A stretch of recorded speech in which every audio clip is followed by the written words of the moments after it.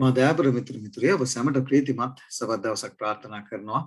උන්වහන්සේ තවත් අපිට අවස්ථාවක් දීලා තිබෙනවා ශුද්ධ ලියවිලි ඉගෙන ගන්න. ඔබ දන්නවා සෑම සතියකම අපි ශුද්ධ ලියවිල්ලේ එක් පොතක් සබත් පාඩම හැටියට අපි තාමත් විස්තරාත්මකව දීර්ඝ ලෙස ගැඹුරු අධ්‍යයනයක නිරත වෙනවා.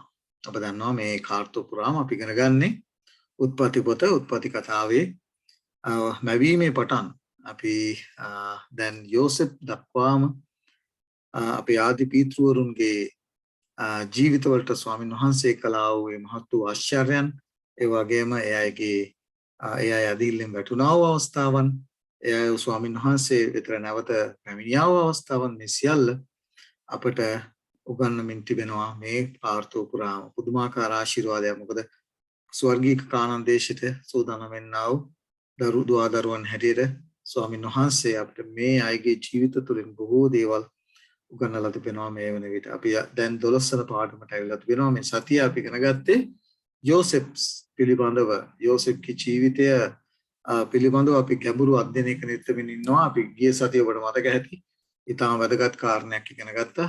ඊළඟට මේ සතියේ යෝසෙප්ගේ ජීවිතයේ ස්වාමීන් වහන්සේ කළා වූ මහත් වූ ආශ්චර්ය පිළිබඳව අපි මේ සතිය ඉගෙන ගත්තා.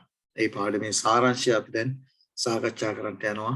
ස්වාමීන් වහන්සේගේ බලය, මඟ පෙන්වීම ශක්තිය, සදාත්ම ප්‍රඥාව අවශ්‍යයි. මේ දේවල් තේරුම් ගන්නට ස්වාමීන් වහන්සේ උගන්වන්නේ අපිට. ස්වාමීන් වහන්සේ මගේ මුඛය ස්පර්ශ කරන්නේ, මට ස්වර්ගීය බලය ප්‍රඥාව දෙන්නේ, සදාත්ම බලය දෙන්නේ. මේ දේවල් ඔබ ඉදිරියට ලබන්න. එහෙම නැතුව මගේ කිසි හොඳක් වටිනාකමක්වත් එහෙම නැත්නම් බලයක්වත් හැකියාවක් කරන මේ ස්වාමීන් වහන්සේම තමයි ඔබට මේ පණිවිඩය ගෙවන්න මාව මෙහෙවන නිසා ඒ බලය අපි ඉල්ලමු ස්වාමීන් වහන්සේගෙන්. අපි කියමු අපට උගන්වන්නට කියලා. හසත්වත් මාව පාලනය කරන්නා වූ සබදවසේ ස්වාමීන් ආදරගම් කාර්යයේ පියරණී වහන්සේ ස්තුති කරනවා, ප්‍රශංසා කරනවා. මේ ශුද්ධ දවස අපට දීම ගැන නිවාඩුවේ දවස ඔබ සමග කාලය ගත කරන්න, ඔබ වහන්සේට ප්‍රශංසා කරන්න, පියරණී වහන්සේ සමග සමීකම් පවත්වන්නට ඔබ වහන්සේ දුන්නා. මේ ශුද්ධ ආශිර්වාදගත දවස ගැන ස්තුති පියරණී.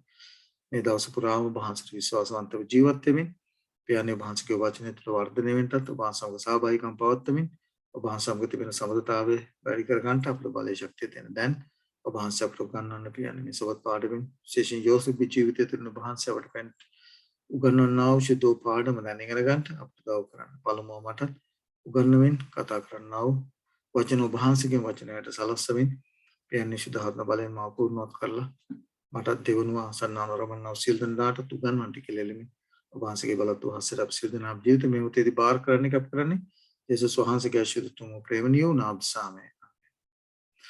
අපේ සහෝදර සහෝදරි අපි අද දවසේදී සාකච්ඡා කරන්න යන්නේ මේ සතිය අපි ඉගෙන ගත්තේ යෝසෙෆ්ගේ ජීවිතයට ස්වාමීන් වහන්සේ කළා වූ ඒ මහත් වූ ආශිර්වාද ගැන. අපි ගිය සතිය ඉගෙන ගත්තා මේ යෝසෙෆ්ගේ ජීවිතය කොයි ආකාරයෙන්ද අපේ ගැලුම් කරතරන් වහන්සේගේ ජීවිතයට සම්බන්ධ වෙන්නේ කියන කාරණය. ඔබට මම මීට පෙරත් ප්‍රකාශ කරපු දෙයක් තමයි ස්වාමීන් වහන්සේ පරණගිස්මේ බොහෝ දේවල්, බොහෝ අයගේ චරිත, බොහෝ ඇදහිලිවන්තයන්ව ස්වාමීන් වහන්සේ නැගිටුවා තිබෙනවා.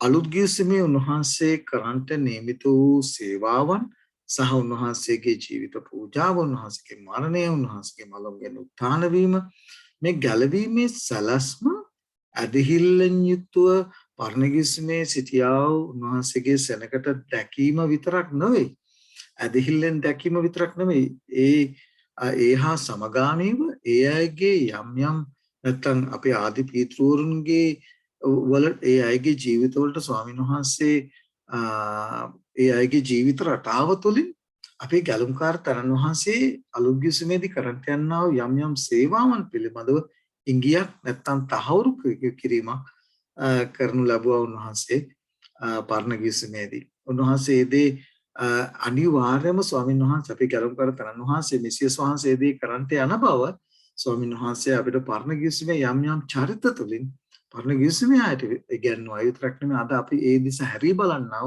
ඔබටත් මටත් බොහෝ දේවල් තිබෙනවා.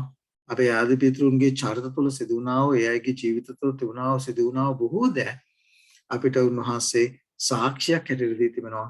පැමිණෙන්න තිබෙන මෙසියස් වහන්සේගේ සේවය සහ ගැලවීමේ කාර්යයන් සම්පූර්ණ කරන්නා වූ ආකාරයේ තේරුම් ගන්නා පිණිස. දැන් අපි හැරි බලනකොට තමයි මේ දේවල් අපිට තේරෙන්නේ. එයින් එක්කෙනෙක් තමයි මේ යෝසෙෆ්.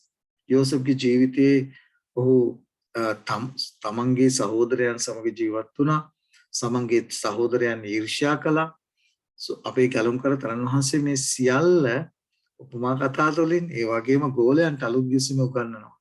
යෝසෙෆ්ගේ ජීවිතේ සිදු වුණා වූ සියල්ල උන්වහන්සේගේ ජීවිතේ වෙන්නා වූ ආකාරය අපේ කැලුම් කර තරන් වහන්සේ ගෝලයන්ට උගන්වනවා. පරිසවරුන්ට කතා කරනවා. මේ දේවල් වෙන්න පෙර වහන්සේට මේ දේවල් කරන්ට යන නැත්නම් වහන්සේට මේ දේවල් මුහුණ දෙන්න සිද්ධ වෙන බව අපි යෝසෙෆ්ගේ ජීවිතය තුළ අපි දකිනවා. සුවකීයෝ නැත්නම් තමන්ගේම සහෝදරයෝ යෝසෙෆ් එපා කරා, යෝසෙෆ්ට ඊර්ෂ්‍යා කළා, යෝසෙෆ්ව විකුණනු ලැබුවා. බලන්න අලුත් ගිවිසුමට ඇවිල්ලා අපේ මෙසියස් වහන්සේගේ ජීවිතේ උන්වහන්සේ සුවකීයන් වෙතට ආවා. උන්වහන්සේගේ සෙනග වෙතට ආවා.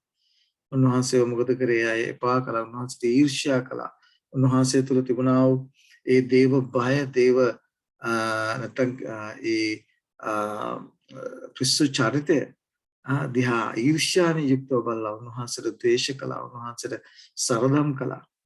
එදා දැන් යෝසෙෆ් ඒ අයට ඔහු දැක්කා වූ සිහින පිළිබඳව ඔහුට ඔහුගේ අනාගතයේ කොයි ආකාර වෙන්න යනවාද කියන කාරණය පිළිබඳව ඔහුට ස්වාමීන් වහන්සේ එල්තරව් කරපුවාම ඒ දේවල් එයාත් එක්ක බෙදාගත්තාම අනිත් අය එයාගේ සහෝදරයෝ ඔහුට වෛර කළා, ඔහුට ඊර්ෂ්‍යා කළා. අපේ ගලම් කර තරන් වහන්සේගේ ජීවිතය ගැන අපි කල්පනා බලනකොට මේ දේම උන්වහන්සේලා සිද්ධ කළා වූ අවස්ථා අපි දකිනවා.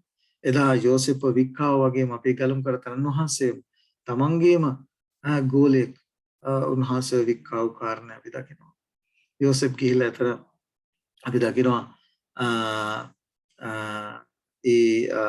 ඔහුව ඒ පොතිපර්ගේ නිවසේදී ඔහුව පරීක්ෂාවට ලක් වෙන අවස්ථා අපි දකිනවා. ඔහු පරීක්ෂාවෙන් ජය ගැනීම මේ දුෂ්ටකම කරලා මේ පාපය කරලා මේ දුෂ්ටකම කරලා දෙවියන් වහන්සේ විරුද්ධව පව කරන්නේ කොහොමද කියලා ඔහු අහලා පාපයෙන් පැනලා දීවා. අපේ කැලම් කර තරන් වහන්සේව මේ සේවයට ආලිපනත සේවය ආරම්භ කරන්නට ප්‍රථම උන්වහන්සේව පරීක්ෂා කරන ලැබුව. උන්වහන්සේ ජය ගන්න ලැබුව පරීක්ෂාවෙන් සුද්ධ ලීවිල්ල කරන කොටගෙන. ඒ වගේම අපි දකිනවා උන්වහන්සේගේ මේ ආකාරයෙන් උන්වහන්සේ සේවය උන්වහන්සේ සම්පූර්ණ කළා. උන්වහන්සේව මරණයටපත් කරන්නට ඔවුන් උත්සාහ කළා. ආකාරයෙන් උන්වහන්සේ මරණයටපත් කළා වූ ආකාරය අපි දකිනවා. උන්වහන්සේගේ මලුන්ගෙන් උත්ථාන වීම අපි දකිනවා. සහෝදර සහෝදරි මේ සියල්ල අපි යෝසෙෆ්ගේ ජීවිතය තුළින් දකිනවා.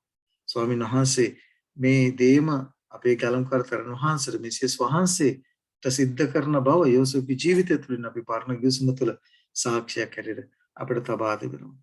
ඒ නිසා අපි මේ සියලු දේ දරාගත් යෝසෙෆ් ඉවසිල්ලෙන් දරාගෙන අපේ කැලම් කර තරන් වහන්සේ මරණය දක්වා කීකරු වුණා පියාණන් වහන්සේට.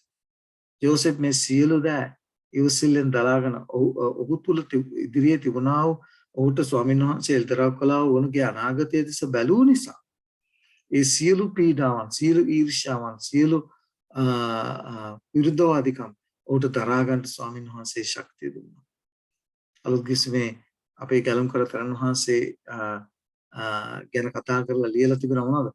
උන්වහන්සේ ඉදිරියේ තිබුණු ඒ ජයග්‍රාහී ජීවිතය නිසා ලැජ්ජාව දරාගෙන සියල්ල දරාගෙන පියාණන් වහන්සේගේ දකුණු පැත්තේ වැඩ ඉඳගත්තායි කියලා.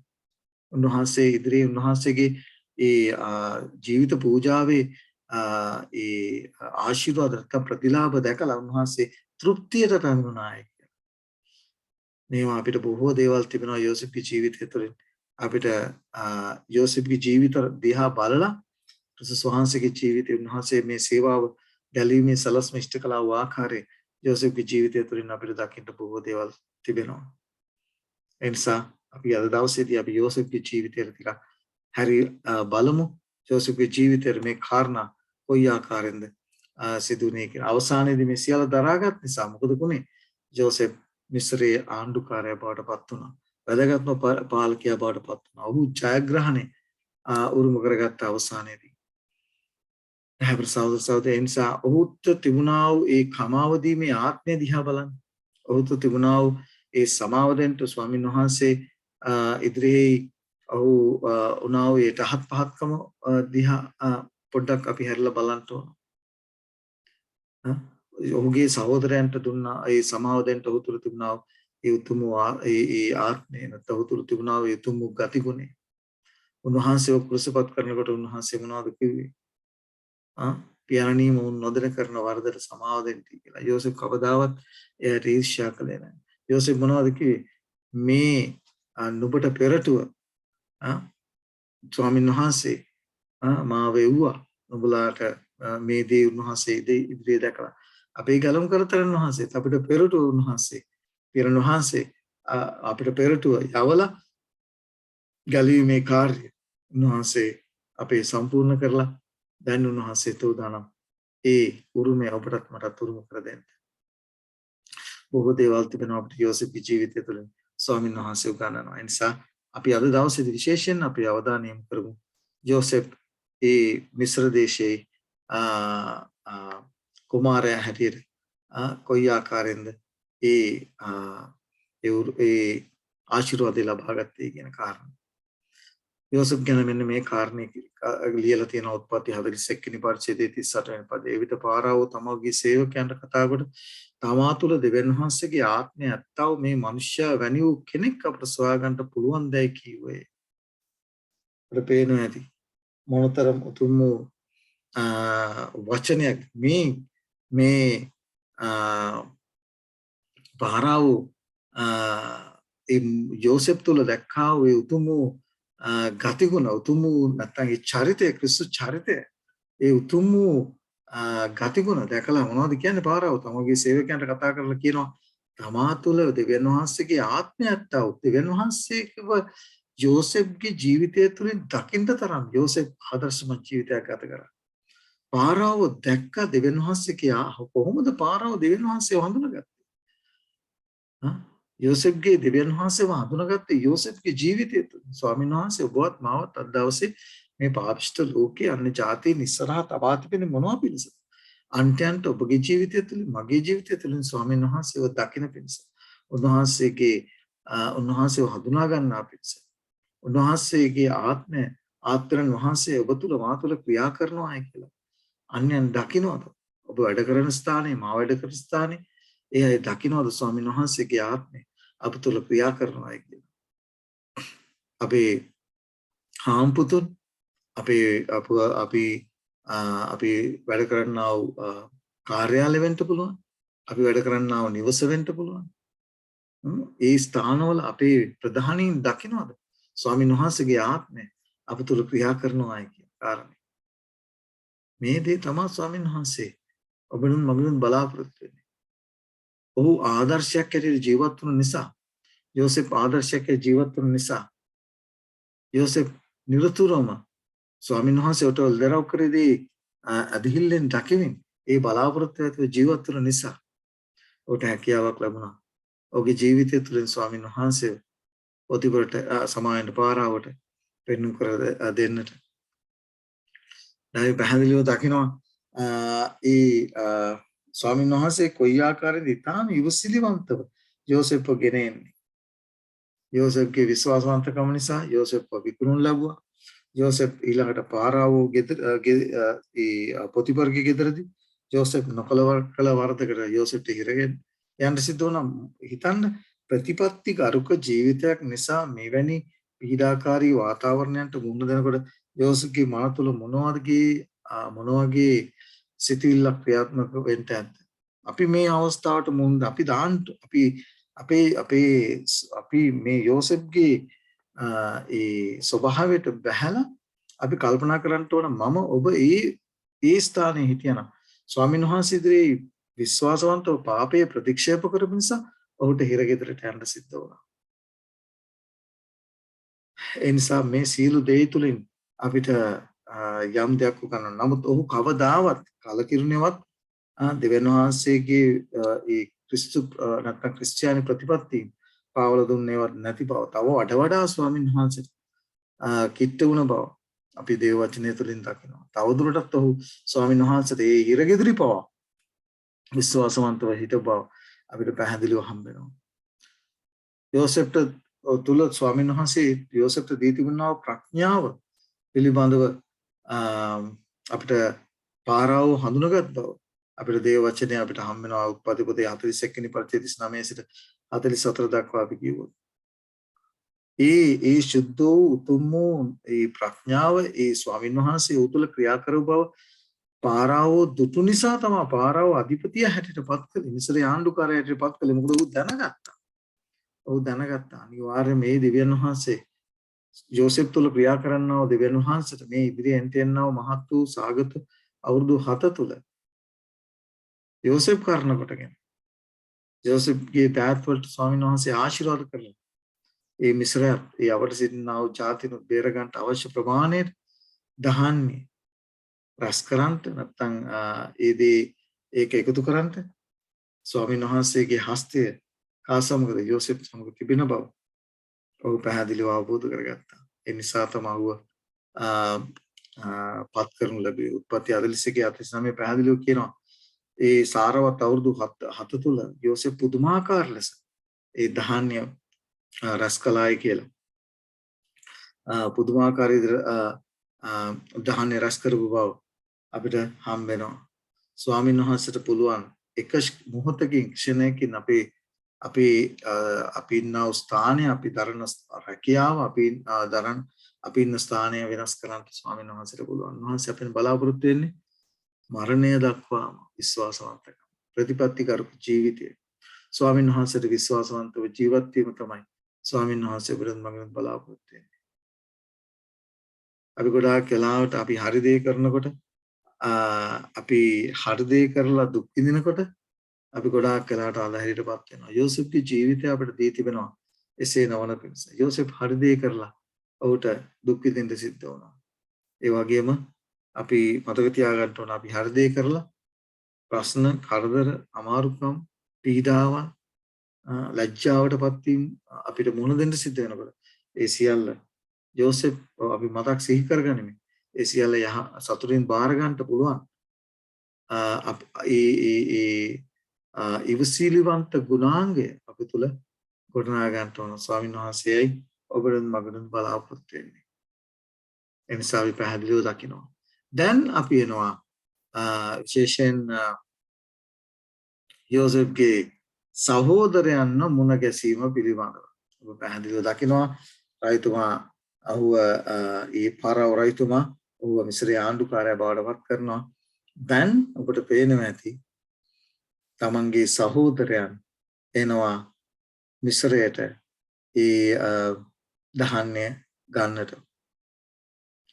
දැන් යෝසෙෆ් අඳුර ගන්නවා ඒ අයව. යෝසෙෆ් ඒ අය යෝසෙෆ් හඳුනගන්නේ නැහැ. කොහොම අඳුරගන්නද? උත්පත්ති 42 වෙනි පරිච්ඡේදයේ 21 වෙනි පදේ කියනවා ඔහු තමන් අතරේ කතා කොට අපේ සහෝදරයා අපට කන්නලව් කරද්දී ඔහුගේ හෘදයේ වේදනාව දැකලා යෝසෙෆ්ට අවශ්‍යයි මේ සහෝදරයන් සැබෑ ලෙසම වෙනස් වෙලාද කියලා බලන්න. ඔහුට අවශ්‍යයි මේ අයව පරීක්ෂා කරන්න. මතක තියාගන්න ස්වාමීන් වහන්සේ මම මේ පාඩම අධ්‍යයනය කරන්නව අතරේදී ස්වාමීන් වහන්සේ මගේ සිතට කතා කරපු දෙයක් තමයි අපිව දෙවචනේ කියනවා අපිව උන්වහන්සේ ඕපීරි රණට වඩා නැත්නම් රත්තරන් පවිත්‍ර කරන්නාක් වෙන උන්වහන්සේට අවශ්‍යයි පවිත්‍ර කරලා මේ මහත් වූ පරීක්ෂණ මැදින් ගමන් කරලා පරීක්ෂණයන් තුලින් ගෙන අරගෙන ගිහිල්ලා උන්වහන්සේට අවශ්‍යයි බවත්මාවක් ස්වර්ග රාජ්‍ය උරුම කර දෙන්න. අපි හැමෝටම පෞද්ගලිකව මුහුණ දිය යුතු ජායුතු පරීක්ෂණයක් තිබෙනවා. ඒ ඇදහිල්ලේ පරීක්ෂණයට අපි අනිවාර්යයෙන්ම මුහුණ දිය යුතුයි. ස්වාමීන් වහන්සේ කිසි කෙනෙකුව ඇදහිල්ලේ පරීක්ෂණයට සහභාගී නොවි ඔබට ජයග්‍රාහය ජයගන්නෙක් වෙන්නට හැකියාවක් නැහැ. මොකද එල්දරා පොතේ පැහැදිලිව කියන්නේ ජීවනය උතුන්න දෙන්නේ පියාණන් වහන්සේ සමග පියාණන් වහන්සේගේ සිංහාසනේ ඉඳ ගන්නට දෙන්නේ මේ සියල්ල දෙන්න යන්නේ ජය ගන්නාට. ඒ නිසා ඔබත් මමත් මේ මහත් වූ පරීක්ෂණ පැයෙන් ගමන් කළ යුතුමයි. මේ පරීක්ෂණය අපි එක්කෙනාට විවිධාකාර විදියටයි මුහුණ දෙන්න තිබෙන්නේ. දැන් යෝසෙෆ්ට අවශ්‍යයි යෝසෙෆ්ගේ සහෝදරයන්ව පරීක්ෂා කරන්න. ඔහු තමා අතරේ කතා කොට අපේ සහෝදරයා අපට කනලව් කරද්දී යෝසෙෆ් ගැන දැන් මේ අය කතා වෙනවා. යෝසෙෆ්ට තේරෙනවා හොඳට කතා කරනදී ඔහුගේ හෘදය වේදනාවේ දැකලත් අප ඔහුට කන් නොදුන් බැවින් සැපවින් අපි ඔහු ගැන වැඩිකාරයෝ එබැවින් මේ විපත්ති අපිට පැමිණ තිබේයි කීවෝය. දැන් අපිට පේනවා ඇති ඒ අය තුල තිබුණා වූ පශ්චාත්තාපය. ඔවුන් කළා වූ වරද ඔවුන්ට අවුරුදු ගණනාවක් තිස්සේ ඔවුන්ගේ හිතවල පුදුමාකාර විදියට ඔවුන් වර්ධකාරයන් හැටියට ඔවුන් වර්ධකාරයන් කරමින් තිබුණා. මේක තමයි පාපයේ ස්වභාවය. අපි වරදක් කරනකොට ඒ වරද හරිගස්ස ගත්තේ නැත්නම් අපේ සිත අපිට කතා කරනවා. සුද්ධාත්ම වහන්සේ අපිට කියා දෙනවා. කතා කරනවා. මේ මහත් වූ මානසික පීඩාවෙන් චිත්ත පීඩාව ඇතුව ඔබට මට ජීවත් වෙන්න සිද්ධ වෙනවා. වරද කියා දීලා හදාගත්තේ නැත්නම් අපිට හම්බ වෙනවා ඒක පැහැදිලිව ඔවුන්ගේ සිත්වල අවුරුදු ගණනාවක් ගිහිල්ලා ඔවුන්ගේ සිත්වල පුදුමාකාර පීඩාවක් ඔවුන්ට වර්ධකාරී හැඟීමක් ඔවුන් තුළ ඇති කරා. අපිට පේනවා ඇති අවුරුදු 7 ඒ සාගත අවුරුදු ආරම්භ වුණාට පස්සේ යෝසෙෆ් සීලු ගබඩා අර මිසරවරුන්ට විතරක් නෙවෙයි විදේශිකයන්ට පවා ඒවා දුන්න අයව ජීවත් කරවීම පිණිස උත්පත්ති 42 වෙනි පරිච්ඡේදයේ 56 සහ 57 කතා කරනවා. දැන් අපිට පේන යාකෝබ් බෙන්ජමින් හැර ඔහුගේ අනිකුත් පුත්‍රයන් බෙන්ජමින් යවන්න කැමතිනේ නෑ යාකෝබ්. මොකද ඔහුට ඉච්චරයි. ඔහුගේ බාල වයසේදී යෝසෙෆ් හම්බුනේ. යෝසෙෆ් අතිශයින් ප්‍රේම කළා. ඊට පස්සේ යෝසෙෆ්ගේ වෙන්වීමෙන් පස්සේ බෙන්ජමින් යවන්න කැමතිනේ නෑ. බෙන්ජමින් හැර අනිත් සහෝදරයන්ව ඇරියා මිස්ර දේශයට ආහාර ගෙන්න. එතකොට යෝසෙෆ්ට අවශ්‍ය වුණා තමන්ගේ සහෝදරයාට තවමත් මේ ඔහුගේ සහෝදරයන් බෙන්ජමින්ට ගැන ඊර්ෂ්‍යා කරනවාද කියලා පරීක්ෂා කරන්න අවශ්‍ය වුණා. ඒ නිසා අපි පැහැදිලිව දකිනවා ඒ අවස්ථාවේදී යෝසෙෆ් ඔවුන්ව පරීක්ෂා කරන්නව අවස්ථාව. වසර 20කට පෙර එක එක්කෙනා ඔවුනොන්ට කතා කරගත්තා. ඊට පස්සේ දැන් මේ මොහොත වෙනකොට ඔවුනොන්ම කතා කරගෙන ඔවුන් කළා වර්ධ ඔවුන් කියා දෙනවා. ඔවුන් මේ ගැන පසුතැවිලි වෙන්නව ආකාරය අපි දකිනවා. වසර 20කට පෙර ලේ වගුරුවන්ට ඔවුන් කැමති වුණේ නැහැ. දැන් ඔවුන් තේරුම් ගන්නවා යෝසෙෆ්ගේ ලේ ගැන ඔවුන් වර්ධකාර හැඟීම ඔවුන්ට හැඟී යනවා. අපිට පේනවාදී පශ්චාත්තාපය ඔවුන් තුළ ඇති වුණා වූ මහත් වූ පශ්චාත්තාපය. එතකොට ඔබට මතක ඇති මේ ආකාරයෙන් කොයි විදියටද යෝසෙෆ්ගේ ස්වාමියා ඔහු හිර ගෙදර තිබ්බා වගේම මොකද කරන්නේ? අවුරුදු දවස් 3ක් මොකද කරන්නේ? යෝසෙෆ් ඔවුන් හිර ගෙදර තබනවා. අපේ සහෝදර සහෝදරිය යෝසෙෆ්ට අවශ්‍ය වුණා. ඇත්තටම මගේ සහෝදරය. ඇත්තටම පසුතැවිලි වෙනවද? නැත්නම් සබෑ වූ හැරීමක් ඇති වෙලා තිබෙනවද කියන කාරණේ යෝසෙෆ්ට පරීක්ෂා කරන්න අවශ්‍ය වුණා. ස්වාමීන් වහන්සේත් ඒ වගේ අපි මතක තියාගන්න ඕන. අපිව උන්වහන්සේගේ සුද්ධ වූ පරම දේශයේ උරුම කර දෙන්න පෙර උන්වහන්සේ අපිට මේ උරුමය උරුම කර දෙන්න පෙර උන්වහන්සේ අනිවාර්යයෙන්ම ඔබවත් මාවත් ඔබගෙත් මගෙත් ඇදහිල්ල පරීක්ෂා කරනවාමයි. උන්වහන්සේට තිබෙනා විශ්වාසවන්තකම විවිධාකාර වලින් උන්වහන්සේ පරීක්ෂා කරනවා. ඒ නිසා අපි මතක තියාගනිමු සියල්ලේදී මේ මහත් වූ පරීක්ෂණ පැයට මුහුණ දෙන්න අපි සූදානම් වෙන්න ඕන. බොහෝ මනුෂ්‍යයන්ට කිතුණුවන් අතර පවා තිබෙනා වූ ලොකුම අපේ අධිහිල්ල නැත්නම් අපිව ගැලවීමෙන් අපව ඈත් කරන අප තුළ තිබෙනා වූ දුර්ගුණයක් තමයි මේ ඊර්ෂ්‍යාව කියන්නේ. මේක මහා මොකද කියන්නේ? මහා බලවත් පාපයක්. කෙනෙකුට ඊර්ෂ්‍යා කිරීම. මොකද ඒකට හේතුව මේ ඊර්ෂ්‍යාවෙන් තමන්ගේ ඒක ශරීර සනීපයට බලපානවා විතරක් නෙමෙයි. ඒක ඊට පස්සේ අපි ක්‍රියාත්මක කරන්න උත්සාහ කරනවා. ඒ තුලින් බොහෝ ඔබවත් මාවත් දෙවියන්වහන්සේගෙන් බොහෝසේ ඈත් කරනවා. අපි අපේ සිත් වලට අපි තර්තු කරලා බලන්න ඕන. අප තුල මේ ඊර්ෂ්‍යාව කියන දේ තිබෙනවාද? තව කෙනෙක්ගේ යහපත දැකලා තව කෙනෙක් දියුණු වෙන දේ දිහා බලලා සමාන ඔබ තුල මා තුල මේ ඊර්ෂ්‍යාව කියන දේ ඇති වෙනවද? එහෙමනම් එතන ප්‍රශ්නයක් තිබෙනවා. ස්වාමීන් වහන්සේ බලාපොරොත්තු වෙන ක්‍රිස්තු චරිතය ඔබ තුල මා තුල තවම ගොඩ läගිලා නැහැ. යම් කෙනෙක්ගේ දියුණුව යම් කෙනෙක්ගේ යහපත දිහා දැකලා ඒ දේ මොකද කියන්නේ අපි යහපත් කෝණයකින් බලන්න උපේක්ෂාවෙන් බලන්න අපිට හැකියාවක් තියෙනට ඕන. ස්වාමීන් වහන්සේ ඒ අපූර්ව ඒ පුදුමාකාර ආශිර්වාදලත් ඒ සිත ඔබ තුළ මා තුළ ඇති කරගත යුතුමයි. යෝසෙෆ්ට අවශ්‍ය වුණා තවමත් මේ සහෝදරයන් තුළ මේ ඊර්ෂ්‍යාව කියන දේ තිබෙනවාද කියන කාරණය. මේ දැන් අප තුළ එක්සත්කම එකමුතුකම එක්සත්කම නැති කරන්නට බලපාන සාතන් පාවිච්චි කරන මහත් වූ බලවත් වූ ආයුධයක් තමයි මේ ඊර්ෂ්‍යාව කියන දේ. තවත් කෙනෙකුට ඊර්ෂ්‍යා කරන්නට තමන්ව පෙළඹවීම ඔබ මාව පෙළඹවීම මතක තියාගන්න. කිතුණන් හැටියට අපිට මේ කාරණේ අපේ ජීවිතය තුළ තියෙන්න හැකියාවක් නැහැ. කෙනෙකුගේ යහපත දිහා බලන්න ඒ දේ උපේක්ෂාවෙන් බලන්න ඒ ගැන ස්වාමීන් වහන්සේට ප්‍රශංසා කරන්න කෙනෙක් දියුණු වෙනකොට කෙනෙකුට දෙවියන් වහන්සේ ආශිර්වාද කරනකොට ඒ දිහා යහපත් ලෙස බලන්න පුළුවන් සිතක් ඔබ තුළ මා තුළ ස්වාමීන් වහන්සේ ඇති කරගන්නම අවශ්‍යයි. ඔබ තුළ මා තුළ මේ හතු දුර්ගුණය තිබෙනවා නම් අපි ස්වාමීන් වහන්සේගෙන් ඉල්ලන්න ඕන දිනපතාම ස්වාමිනී මගෙන් මේ දුර්ගුණය ඈත් කරන්න ඉවත් කරන්න කියන කාරණේ. ඒ සඳහා ස්වාමීන් වහන්සේත් එක්ක අපි දිනපතා පොරබදන්න ඕන. අපි දන්නවා බෙන්ජමින්ගේ කොටසට වැඩි ප්‍රමාණයක් යෝසෙෆ් දැම්මා. මොකද ඔව් තවමත් තමගේ බාල සහෝදරයාට ඊර්ෂ්‍යා කරනවාද කියලා බලන්න. අපි පැහැදිලිව දකිනවා යෝසෙෆ් කියනවා ගිහිල්ලා අපි දන්නවා බෙන්ජමින් අරන් එන්ටේ කියලා. ඊට පස්සේ තමන්ගේ පියාගෙන් අවසර ඉල්ලනවා. බෙන්ජමින් වගේනවා බෙන්ජමින් තියාගන්නවා. ඔවුන්ගේ සහෝදරයෝ වැළපෙනවා.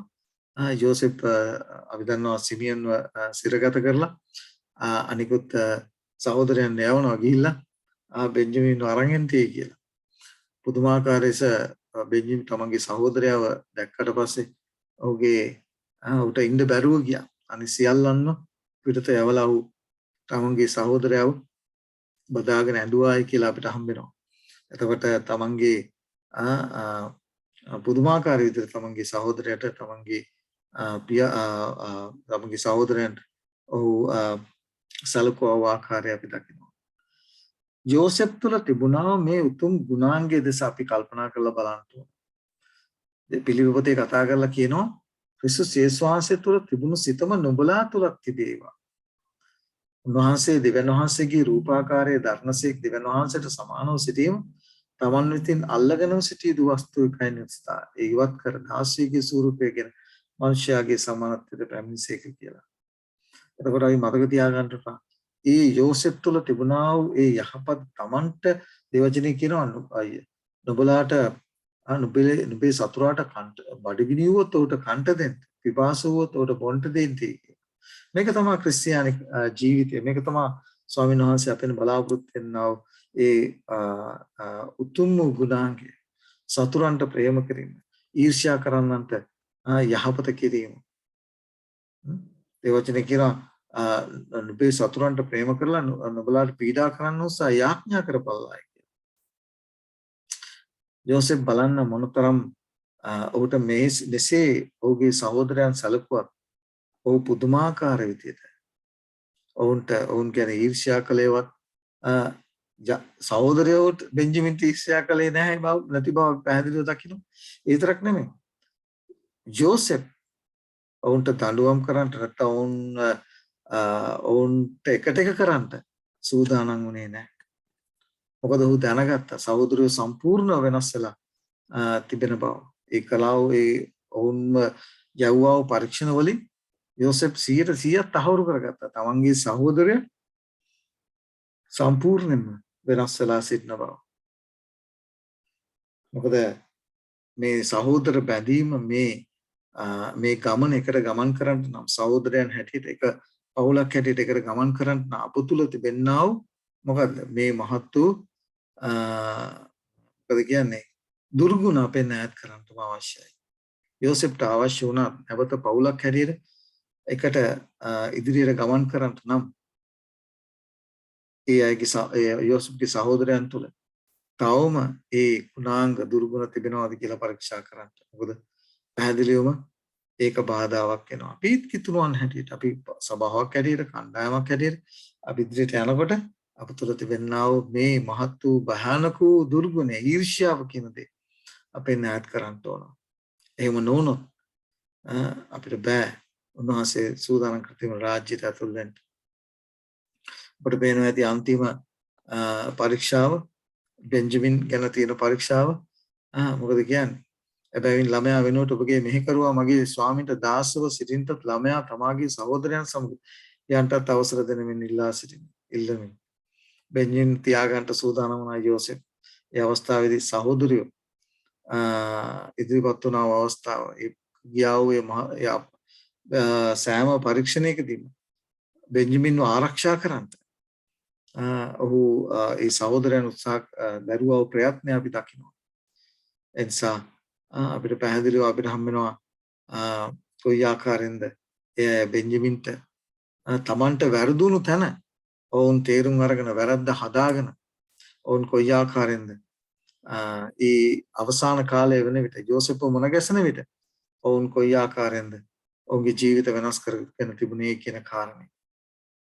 උත්පත්ති 44 දී අපිට හම් වෙනවා ඒ යෝසෙෆ්ගේ අහිමිවීම නිසා ඔහුගේ පියා වින්දා වූ මහත් වූ වේදනාව ඔවුන් දැක්ක ඔවුන් අද්දුටුවා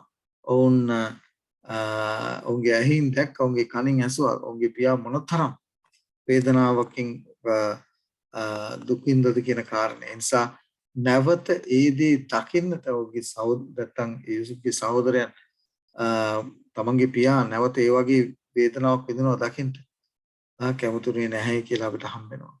ඒ නිසා තමයි ඔවුන් ඒ බෙන්ජමින් වෙනුවට තමන්ගේ කවුද අපි දකිනවා ඒ වැඩිමහල් සහෝදරයන් කොයි ආකාරයෙන්ද යෝසෙෆ් ඉදිරියේ පෙනී සිටියේ කියන කාරණේ. ඒ නිසා මේ මතක තියාගන්නට ඕන යුදා ඉදිරිපත් වුණා බෙන්ජමින්ගේ ස්ථානය ගන්නට. ඒ වගේම අපිට මතක ඇති ඊසාක් වෙනුවට බැටළුවාව දෙන්න ලැබුවා පූජාව කරන්න. එතකොට මේ දේවල් අපිට පේනවා ඇති මොනතරම් සම්බන්ධතාවයක් නැත්නම් ඉදිරියේදී ස්වාමීන් වහන්සේ ඔබ වෙනුවට ක්‍රිස්තුස් වහන්සේ ඉදිරිපත් වුණා. ඔබ වෙනුවට මා වෙනුවට ස්වාමීන් වහන්සේ ඉදිරිපත් වෙනවා. උනා මොනවාද? පිරන් වහන්සේගේ උදහස දරන්නට ඔබට මට උරුම වෙලා තිබුණා පිරන් වහන්සේගේ උදහස දරන්නට. ඒ නිසා මේ මතක තියාගනිමු. යෝසෙෆ්ගේ ජීවිතය තුළ අපිට බොහෝ දේවල් උගන්වනවා. ඊළඟට අපි දකින දෙයක් තමයි අපේ ජීවිතයට පැමිණෙනා යම් නපුරු දේ නපුරු කියනවා නම් අපි අපේ ජීවිතයට පැමිණෙනා යම් අයහපත් දේවල් පුළුවන් යහපතට පෙරලන්න දේවචනේ කියනවා උන්වහන්සේගේ වචන ලෙස කැඳවු ලැබුවන්ට සියලු දේම යහපත පිණිස ක්‍රියා කරනවා කියලා. උත්පත්ති 45 වෙනි පරිච්ඡේදයේ 5 වෙනි පදයේ අපිට හම්බ වෙනවා. ඔහු පැහැදිලිව කියනවා යෝසෙෆ් මොනවද කියන්නේ? නුඹලා මේ රටට මහා නික්කා නිසා ශෝක නොවන්න. නුඹලාට මම කෝප නොවන්න. මක් නිසා දෙවියන් වහන්සේ ජීවිත ආරක්ෂා කරන පිණිස නුඹලාට පෙරටුවම ආයුස්සේක. බලන්න ඒ උපේක්ෂාවෙන් යුක්තව දකින්න යෝසෙෆ් ඉගෙනගෙන තිබුණා. ඔහු මුණ දුන්නා සියලු ඒ නපුරු නැත්තම් ඒ මහත් වූ භයානක වූ කාල පරිච්ඡේදය තුලින් යෝසෙෆ් ගෙනාව ඉදිරි කාලයට මේ මහත් වූ අසංගත කාලයට ස්වාමීන් වහන්සේ සූදානම් වන පිණිස බව ඔහු ස්වාමීන් වහන්සේ ඔහු ගෙන ගියා වූ ආකාරය ඔහු දැනගත්තා. ඒ නිසා ඔහු දේව වචනයට අනුව ඔහුගේ ජීවිතයට පැමිණියා වූ සියල්ල දරා ගන්න ඔහු පුරුදු වෙලා හිටියා. ඔහුගේ මනස ප්‍රගුණ කර තිබුණා. අපිත් එහෙමයි. අපි ප්‍රශ්න වලට කරදර වලට මුහුණ දෙනකොට අපි එක දෙයක් මතක තියාගන්න. උන්වහන්සේගේ පොරොන්දු සිහි කරන්න ඕන. උන්වහන්සේ කියනවා කෙනෙකුට ඔබ උන්වහන්සේගේ දරුවන්ට දරා ගන්න බැරි පරීක්ෂාවක් යවන්නේ නැහැ කියලා. ඒ විතරක් නෙමෙයි. උන්වහන්සේ ඒ සමග ගැලවෙන මාර්ගය සාදා දෙනවායි කියලා. උන්වහන්සේ නොදැනුවත් අපේ ජීවිතේ කිසිම පීඩාවක් එන්නේ නැහැ කියලා උන්වහන්සේ පොරොන්දු වෙලා තියෙනවා. අපේ ජීවිතේ නව සියල්ල උන්වහන්සේ දන්න බව. ඒ සියල්ල යහපත පිණිස ක්‍රියා කරන බව. දේව වචන ලෙස කැඳවු ලැබුවන්ට මේ සියලු පොරොන්දු අපි තදින් මතක තබාගෙන ඉන්නට ඕන. ඒ හේතුව නිසා තමයි යෝසෙෆ්ට හැකියාවක් ලැබුණේ. තමන්ගේ සහෝදරයන්ට කමාවෙන්ටත් ඒ වගේම ඔහු මුණ දුන්නා වූ සියල්ල ස්වාමීන් වහන්සේ යහපත පිණිස පෙරළුව ආකාරය උඩ තේරුම් ගන්න හැකියාවක් ලැබෙන නිසා අපේ ජීවිතේ අපි මුහුණ දෙන්නා වූ ප්‍රශ්නවලදී අපි මතක තියාගන්න ඕනේ දේ උපේක්ෂාවෙන් යුක්තව දකින මොකද ස්වාමීන් වහන්සේ සියල්ල දන්න බව නිරතුරු මතක තබා ගන්න අපි මතක තබා ගන්න ඕන. යෝසෙෆ්ට කියන්න සිදු වුණා දෙපාරක් මම යෝසෙෆ් මුලා මිස්රයට වික්කව ඒ උන්ගේ සහෝදරයෝ යෝසෙෆ් කියලා දෙපාරක් උන්ට ඒක ෂොක් එකක් උන්ට දරා ගන්න බැරුව ගියා. උන්ට බය ප්‍රීතිය බය මේ සියල්ල උන්ට එක අවස්ථාවෙම දැනුණා. උන්ගේ ජීවිත ආරක්ෂාව පිළිබඳ උන්ට ප්‍රශ්නයක් ඇති වුණා. මොකද මේ පීඩා කළා වූ නින්දා කළා වූ මරණට උත්සාහ කළා වූ මේ සහෝදරයා නේද අපි ඉදිරියේ මිස්රේ ආණ්ඩුකාරය හැටියට ඉන්නේ කියන කාරණේ. නමුත් මේ සියලුදී අවස්ථාවේදී යෝසෙෆ් වුණ සැනසුවා. දේව වචනය තුළින් ඔවුන්ට ඒ සියල්ල කලේ සැලසුමක් දෙවියන් වහන්සේ සැලසුමක් ඇතුව ඒ සියල්ල කළ බව ඔවුන්ට තේරුම් යන්නට සලස්වා. එනිසා අපි දන්නවා මෝසෙස් යෝසෙෆ් ඉන්පසුව තමන්ගේ මුළු පවුලම ගෝෂන් දේශේ නැත්තම් මිස්ර දේශේට ගෙනල්ලා ඔවුන් ඒ පදිංචි වුණ අවස්ථාව නිසා මතක තියාගන්න ඕන ස්වාමීන් වහන්සේ අපිට මේ සුද්ධ වූ පාඩම් දී තිබෙන්නේ ඒ අපේ ආදි පීතෘන්ගේ ජීවිත තුළින් අපිට ගත යුතු පාඩම දැන් විශේෂයෙන් අපි දකින දෙයක් යෝසෙෆ්ගේ ජීවිතය තුළ ඉවසිලිවන්තකම ප්‍රගුණ කරගෙන හිටිය. ඔහුට දුන්නා වූ ඒ අනාගතය පිළිබඳව දුන්නා වෙල්තරව් කිරීම කෙරෙහි ඉවසිල්ලෙන් යුක්තව සියල්ල දරාගෙන ස්වාමීන් වහන්සේ මට කළාව මේ එල්තරව් කිරීම මගේ ජීවිතේ කවදා හරි උන්වහන්සේ ඉෂ්ට කරනවායි කියන ඒ හැඟීමෙන් යුක්තව ඔහුට ජීවත් වෙලා ඒ හැඟීමෙන් යුක්තව ඔහුට මුහුණ දෙන්න තිබුණා සියලු පරීක්ෂණයන්ට ඉවසීම යුක්තව මුහුණ දෙන්න ඔහු ඒ දේවල් ප්‍රගුණ කරගෙන හිටියා. ඒ විතරනේ ඔහුට ඔහුගේ ජීවිතයට ආවා සියලු දේවල් යහපත පිණිස ස්වාමීන් වහන්සේ සලස්මක් ඇතුව ඒ දේවල් ඔහුගේ ජීවිතයට ඉඩ හැරුව බව ඔහු තේරුම් ගත්තා. මේ සිටිවිල්ල ඇතුව අපි ජීවත් වෙන්න මේ සුද්ධෝ පාඩම අපේ ජීවිතයට ආශිර්වාදයක් කරගනිමු. එසේ කරන්ට උන්වහන්සේ ඔබට මට ආශිර්වාද කරනසේක්. ආමේන්.